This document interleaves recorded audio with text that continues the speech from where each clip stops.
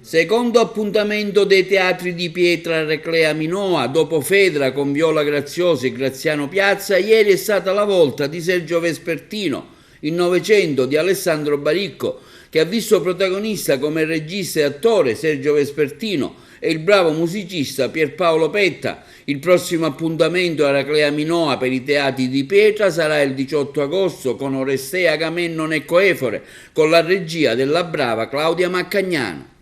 Suonavamo perché l'oceano è grande e fa paura. Suonavamo per cercare di far sì che la gente dimenticasse il tempo.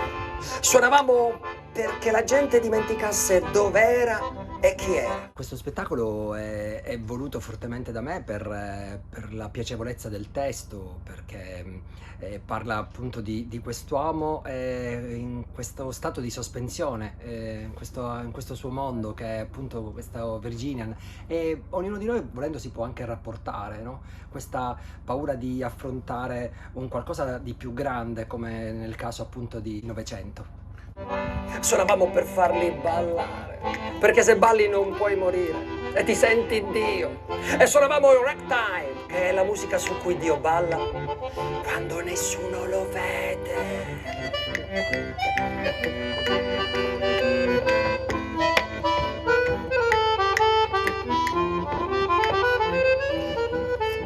C'è Pierpaolo Petta con le sue musiche originali che mi accompagna e vive insieme a me questa scena, questo spettacolo che dura 1 ora e un quarto circa, e la scenografia è di Carlo De Meo.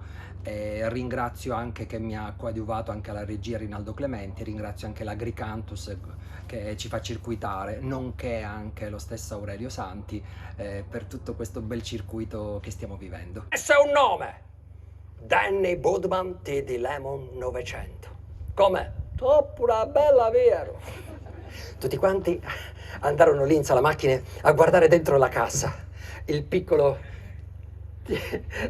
Danny Budman T.D. Lemon 900. Tutti così.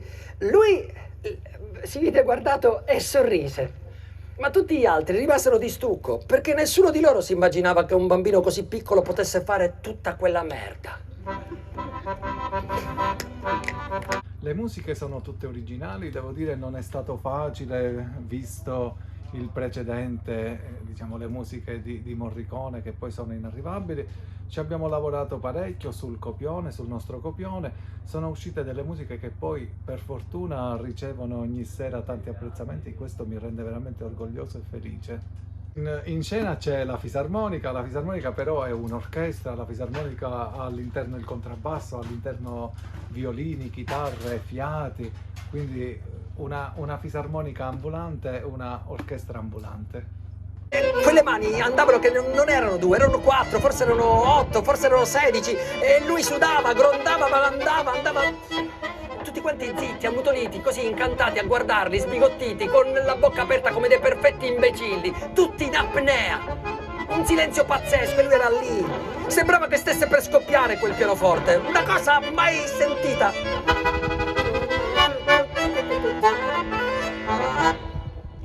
Si torna sul palco dopo 1 anno e mezzo di lockdown, e quali emozioni?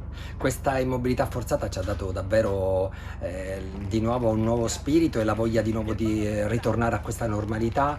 Il pubblico quando batte le mani, ecco, quel suono è meraviglioso e lo cerchiamo fortemente.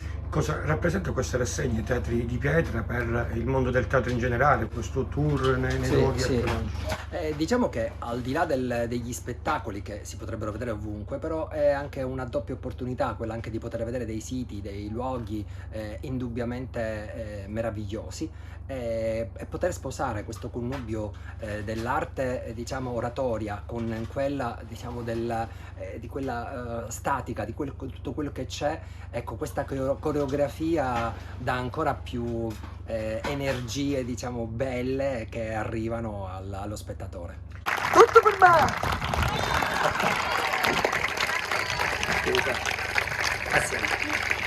Grazie davvero che ci siete. Grazie.